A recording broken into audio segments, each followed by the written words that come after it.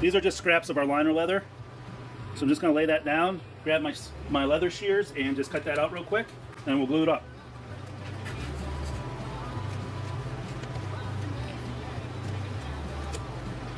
So now you'll see that will just sit right there like that, be nice and covered. Here's our glue pot again. And I'm going to glue up the back of the bullet loops. So making sure I get really good over the stitches. So that way this thing can't go anywhere. It wouldn't. I mean, the way I build things, it's definitely plenty strong, but this just adds a little bit of extra to it.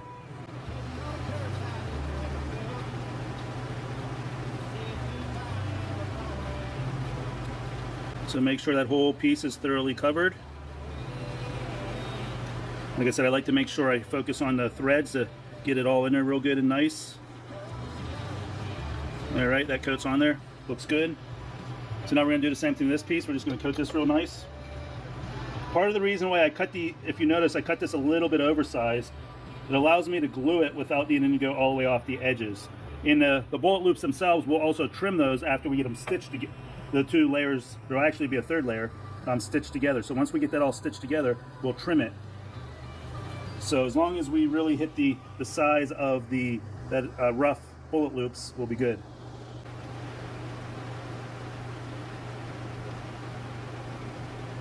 Okay, we're going to set that off to the side.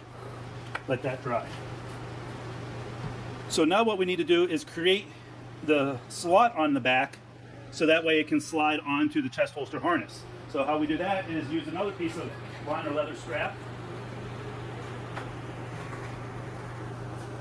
And it only needs to be 2 inches wide.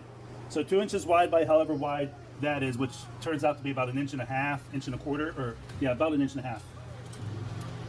So this ruler here is exactly 2 inches wide. Use this ruler. And I don't know what this knife exactly is called, but I really like this. I use the size number 2 X-Acto blades on it. So cut that side, and then we're going to do the same to the other side. Set that off to the side. So now I like to square up at least one corner of this, or one end of this. So we do that. Okay, so that's squared up. So you can see that's still somewhat wet, and that's mostly dry, so we're getting close. All right, so we're going to stick this together.